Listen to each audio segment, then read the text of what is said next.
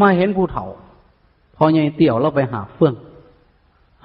มาพร้อมร้องเพลงมานำอีมินาสกาเลนาเราตังพุทธังอภิปูชยามาจักเราสิบูชาไว้เราอย่างมันนำทง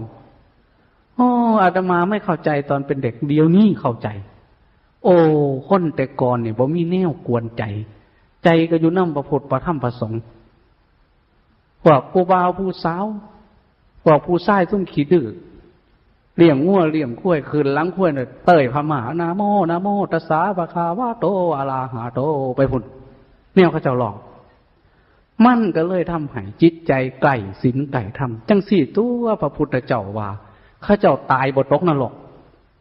แม้จะมีความประมาทอยู่บ้างแต่ความเลื่อมใสมีอยู่